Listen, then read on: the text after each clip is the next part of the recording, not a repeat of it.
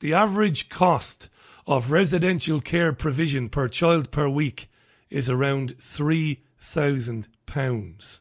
We mentioned earlier on, it's 25,000 children, nearly now a year, being taken away from their families and being put into foster care. And then, as this government wants, in the coming weeks and months, to fast track those children to go into permanent adoption, their parents will never see them again.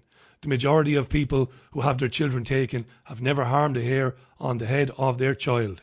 This is a fact. You want to hear this? Foster children went missing from care in England more than 17,000 times last year in this country. But what I think when I hear that is thousands of children running out into the streets trying to figure out a way back to their mother, maybe their father.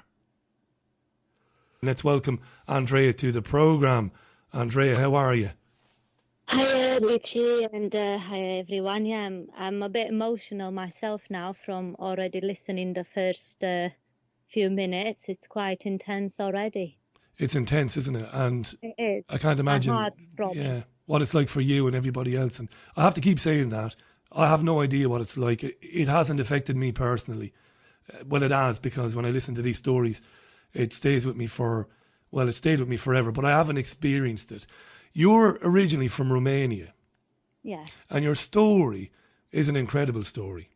Tell us what happened to you. I'll ask you to be kind of brief with that if you can, bearing in mind lots more people want in on the programme, but I do want to talk to you. I want you to kind of give us an idea of what happened, and then I want you to bring us up to date on what you're doing now. So tell us what happened to you. How did forced adoption come to you? I'll do my best to wrap it up as quick as I can. But basically, my children, they're not adopted. They're forcibly fostered long term. I have 3 children. In 2009, I was married previously with a British man, and he was married before he married me. He had another marriage, and he's had children with his ex-wife. So in 2009, social services opened up child protection meeting to put my children on child protection register on the risk of sexual abuse, because my ex-husband, his older daughter from first marriage, when she heard I had children with him, she suddenly decided after 30 years or so to make an accusation for the first time that her dad allegedly has sexually abused her between 7 and 13. Wow. And he said to you, Andreia, this never happened. He completely denied it never happened. He totally denies it. He totally denies it. And you believe him? Yeah. Okay. Sorry? Fair. And you believe him? Not really. No, I don't. Right. Okay. Because I kind of know the story, but yeah, I want to kind of to move it along. So they come and say that he's been accused of this, and what? And this is absolutely extraordinary. What happens then? Yeah. Well, the police came. They arrested him on suspicion of sexual abuse.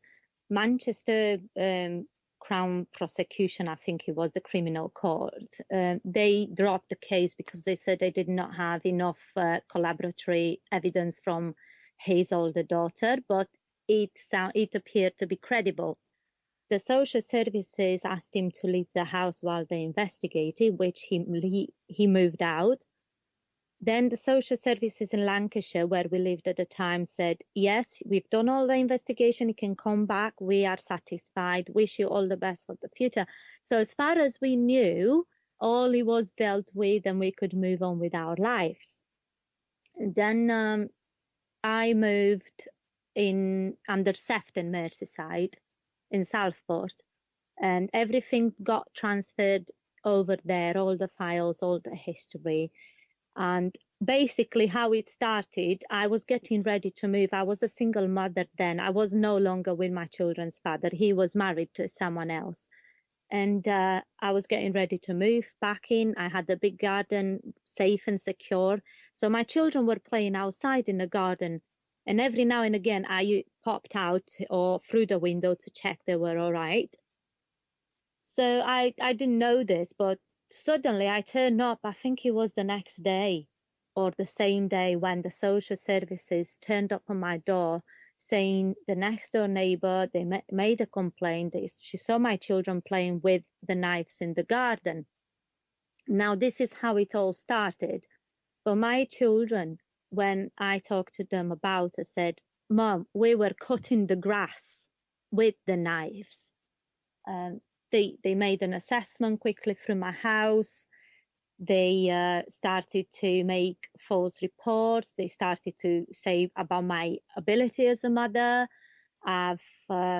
My eldest son and youngest was diagnosed in Romania and in England with ADHD.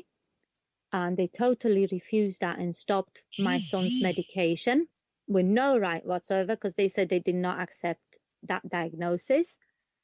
But instead of them accepting the ADHD diagnosis, they said it's my ability as a parent.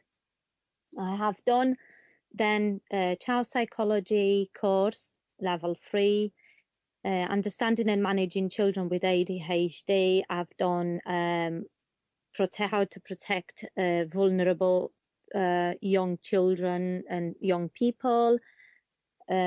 I've literally done everything. I've done. I fully cooperated and all that, but it just did not make a difference. Then the Sefton Social Services decided to take this case with the accusation about my ex-husband to a family court. So a family court judge would decide a finding of fact whether he did abuse his daughter from his first marriage or not. So take that into account. All that trial was about him, not about me at all. And without warning, they suddenly turned on myself and my children and said to me while I was at court, the children will be removed, you will have parental responsibility, and we will. And the judge said these exact words: I am not removing your children from you because you're a bad mother or you don't love them, but you are at court every day here for the finding of fact. And you cannot give the full attention to your children, and plus you're moving and having to cope with all that stress and the court stress. Anyway, by the end of the trial, it seemed that the court forgotten to return my children. I've never seen them since. I've rented a 3-bedroom house. I made it beautiful, ready for my children, bought new stuff. Just had the empty beds, really. Then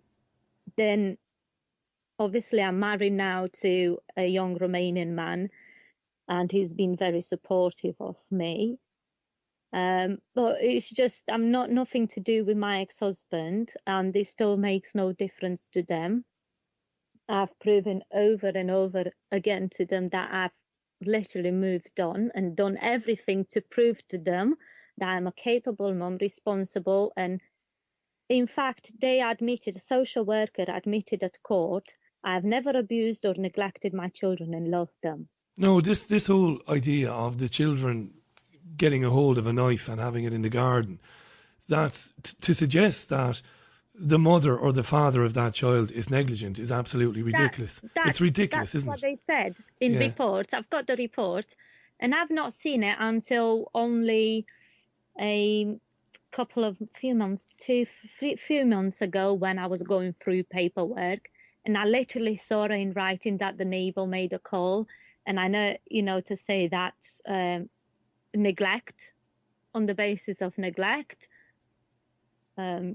But obviously it was easy for them, a single mom, young mom, foreigner, so they had nothing on me whatsoever, nothing. But from the moment they set eyes on my family, my children, there was no way to get out of it. Do you know what's disgusting to me more than anything is the idea that a neighbour would see the children, and the neighbour, their first thought is to make a phone call and to say something to the authorities. What happened to, you're a young girl, Andreia, what happened to the neighbour saying, hey, Andreia, come over and have a cup of tea? She told me that. Just keep an eye on the children, or listen. I was a bit worried when I saw one of the children with a knife from the kitchen. What happened to that? How can they ring the authorities? She told me that. But she obviously didn't tell me. She also rang the social services behind my back. Right. But one story short, quickly, because I'm aware other people need to come on. They constantly now refuse to give me my children back on the basis that they say it is their opinion, and this is written in all their statements, and I can prove it, is their opinion, not fact, opinion, that I am not trusted to protect my children from their father. One moment, let me clarify. Is that what they're saying? They're saying that they don't trust you to keep your children away from a man whom you believe has committed a sexual offence against children. That's all they're saying, basically. Yes, basically, yeah. Yes, and then they throw in other parts like, if it's all written in everything I say, I've got the evidence, black on white. And they say some things like, if your children come home, it will cause problems between you and your husband. Well, how do they know that? Have they been in my house? Do they know my husband personally?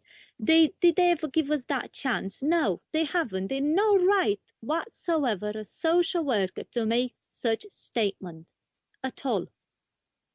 And says, I'll find it hard to manage their challenging behaviour. But hang on, my children's behaviour got much worse since they're in care than they ever been at home. Now, do you get to see them at all? No, they stopped my contact. When was that? When was the last time you saw them? December 2014 was our last contact. I didn't know that. None of us knew. What happened was I got fed up. I got frustrated with the way we were treated. Basically, we were forbidden and told not to speak Romanian at the contact, or they will stop the contact, and if we don't leave, they call the police. My two daughters, when they came into contact, they said, Mom, they told us we're not allowed to speak Romanian between the two of us. They actually forbidden me, and it's written in documents. They complained about my Christian faith and told me if my children asked me questions about God to avoid the questions, change the subject.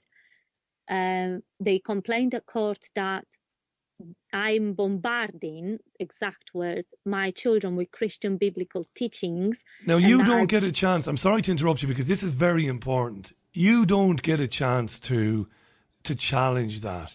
They basically go to the family court judge and they say, Andreia is doing this, Andreia is doing that. You don't get a chance to stand in front of the family court judge and say, this is a load of nonsense. I told them, but the judge is not listening. I presented so much evidence, and believe me, I've got tons of it against them. And the judge, I'm going to say it, and it's the truth, she's so racist. She made threats to me and to my husband, and I can prove it. That's don't name her now. Whatever you do, don't name her. Not for the time being anyway. I won't. Everything I say now, I can prove to the last dot. And she said to us, if you speak or tell anyone outside this courtroom what's going on, I have the power to commit you to prison. Do you understand? The gagging order. Exactly. These are exact words she said to us. Yes. So I literally went public in May 2015 with our case because obviously I got fed up. I've written to the court a letter to complain. They done nothing about it. Social services done nothing about it. All our human rights gravely breached and trampled over every time. They hide from me how my children do at school. They hide from me, they put my children on sleeping tablets. They hide from me, my daughter has nosebleeds regular because of stress. If you haven't seen them since late 2014, how do you find this out? Well, before the contact was stopped, what I've done due to all my frustration with all the treatment I had from social services, I said, well, I'm getting nowhere. They're not giving me extra contact because I was seeing them 6 times a year. And then the brother and sisters only once a year alone, which is disgusting. So I said, I'm going to go and see my children. I'm going to go and see them. My daughter started high school, and I used that as an opportunity. I had contact with her for quite a few good weeks, gave her some mobile phones, and she was absolutely over over the universe. She was so happy. She regained her confidence, her strength, her courage. And during this time when I was speaking to her, she told me a lot of things which I didn't know about. She opened up to me, and I still got the messages from her to prove what she said to me. You know, how much she's suffering with my other daughter, where she is. She sent me a photograph on Facebook when she had a bloody nose, quite a heavy bloody nose. The photo is on my Facebook. It's public. Anyone can see my evidence. I've posted a lot there. And it distressed me because she said, Mom, it's okay. You don't need to worry, because the doctor said it's only the body's way, natural way to get rid of stress. And I have these quite a lot. So my question is this, and I asked them at court, and I shown the photograph to the judge and to everyone. And I said, if my child is so happy and settled, like they say in reports, and healthy, why is this? Why is she so stressed that she's got, her body can't cope with it and she's getting nosebleeds? Because she's stressed. And I've had an email from Jacqueline while you've been speaking there, and Jacqueline has said, Richie, what Andreia is saying is so true. I believe, Jacqueline writes, she's written me about 3 paragraphs there. I'll rush through what she says. She says, I believe, Richie, that the social services were telling my children before my visitation not to tell me anything negative, not to complain about the foster care, not to say that they missed me, not to say anything like that. These visits, she says, are absolutely terrible. And I totally empathise with what Andreia is saying. Did you feel that before your contact was terminated? Did you feel that when you saw the children that they'd been controlled, that they'd been told beforehand, don't say this to mummy, don't say that, don't speak about this?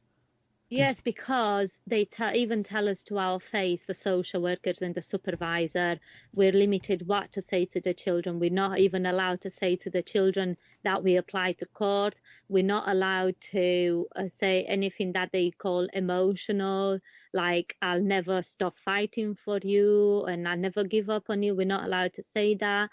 Then obviously my children, you can see it, sometimes my children will come up with stuff like you know that they want to tell you, but because you know your children and you can tell, and they're looking at the supervisor and they're looking at you when they want to tell you certain things, and sometimes they would come and whisper in my ear, and the supervisor tells them they're not allowed. We've heard that so many times. I want you to hang on and stay with me for a couple of more minutes, by the way, Andreia.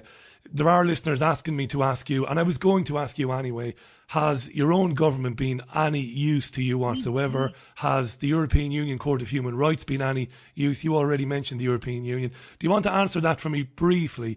What about your own government, the Romanian authorities and the European Union? Have they any sympathy with what's happened to you? I get a lot of support from the Romanian people. I don't get much support from the British people. I'm saying that, and I'm so disappointed because I thought I had friends here who truly loved me, but they're either afraid or they're either ignorant or they don't care, whatever the reason. But from my Romanian people, I get a lot of support. I've written a letter to the president of Romania, President Iohannis, and he obviously transferred it to the Minister of External Business, however you call it in England, I'm not sure. But then they said to me as an excuse, well, we can't because the children have double citizenship. Right. Then I speak to other people in the government in Romania and said that that is not true and is an excuse, basically. Now our case has been made public. We've got about 3 or 4 articles written already. And at least because quite a lot of media, Romanian media, has actually written about our case. And I've been to the child protection in my town. I've just been in Romania. I've just come back actually, and obviously I need to send them everything, give everything they've asked for them to open a petition and investigate. So you're in the process of doing that. I want you to hold that thought, okay? And stay with me for another couple of minutes. I'm going to bring, later on, in about 15 minutes' time, we're going to have my friend Emma Ibbitson is going to join me to talk about Traffic 2 and everything that's been happening with her since we last spoke. But in the meantime, Kelly Cottam, who's been on the programme before, is going to come on now and chat with us. It's coming up for, well, it is exactly the top of the hour. This is the Richie Allen Show in association with davidicke.com. This is the first programme of its kind. We've never seen a radio programme like this. It's never happened before anywhere in the world. We've opened basically the Skype line to the parents of children, the men and women who've been at the brunt or basically at the wrong end of the forced adoption stick. That's what we're doing tonight. We thought about it long and hard, Claire Calvi, my producer, and myself, and we said we're going to do it come hell or high water. There's plenty of time. There are people lined up to chat to me in the second hour. We'll be chatting to Sky a bit later on. As I said, Emma Ibbitson is going to join me. Do tweet at Richie Allen Show. Email richie@richieallen.co.uk. Jacqueline was saying the stress of, she was in her email, the stress of going to the visitations, knowing that, number one, you're going to have to leave the children there and then go home. But two, because you are convinced, Jacqueline said, that the children are being told how to behave during the visitation as well. It's sickening. And a number of you have tweeted and in fact emailed at the same time. I can't handle the amount of tweets coming in. There are hundreds and there are thousands of people listening to this programme tonight, verifiably, who are absolutely gobsmacked at what they're hearing. Kelly Cottam was on the programme before. It's happened to Kelly. She works tirelessly now, along with a lot of other people, to campaign against it, not only to raise awareness of it, but to change the law. To change the laws that allow this sort of thing to happen. Kelly, welcome back to the programme. How are you? She's not there, is she not? You're not there, Kelly? I don't think we have Kelly. I'm going to try Kelly again. It's at Richie Allen Show on Twitter and richie@richieallen.co.uk. Let's see, can we raise Kelly and get her on the programme. Also on the line to us is Andreia, who, as I said, is originally from Romania. She explained to us there what happened to her. Disgraceful. Kelly, I hope you're there now. Are you there? No, we're having a problem with that. So, Andreia, just before we let you go then, you basically now, you've said that you've put together, or you are putting together, basically a file for the authorities in your hometown in Romania, and you're hoping from there that they'll be able to do something about it. If I can quickly just say that since obviously the reason they stopped my contact was because I had the unsupervised contact with my children, and because I went public with my case, which they have in May when I first went public. I've uploaded a video on YouTube and I named people. I gave identity, my children and everybody else, and I said what happened. So the court and the social services have told me immediately to remove that, and they tried everything they could to intimidate me, and that's all they were talking about. They were paranoid about the fact that I went public, and they said if the mother continues to post on social media, on internet, and we have no choice but to stop the contact. So I think that was the main reason they stopped my contact, not because I've given some mobile because you've given. Now, just before we leave it there, and I want to move on, are your children still in foster care, or have they been moved into permanent adoption? No, they can't be because they're too old. They're long-term foster care. But we're having a lot of ordeal. Like obviously, my son was with this really lovely man, and they took him from there because he's had more freedom and he could come to see us anytime. And they moved him back to the children's home where he suffered a lot of abuse and bullied. while he was there, it was investigated, and the police said that they have no evidence as usual. And then the foster carers for my girls, they've made false allegations about us that we've harassed them and so on, and which they didn't know we recorded. And then we can prove that they've actually made false reports at the police. But the fact it's still ongoing, the investigation of harassment, and is the ordeal we're put through.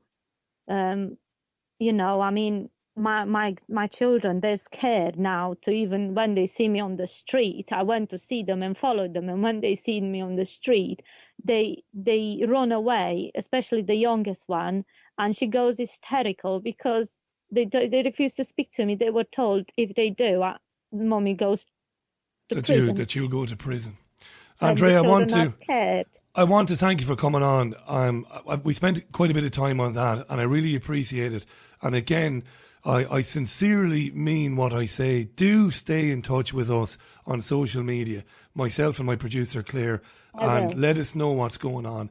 We're not people here who want to exploit people because they've got very, very heart-wrenching stories to tell so we can get a programme out of it. We're not interested in that. Stay in touch with us. And we will, very much. Not at all, we'll follow you down the line. That was Andreia there on the line to us, and I want to thank her for coming on. And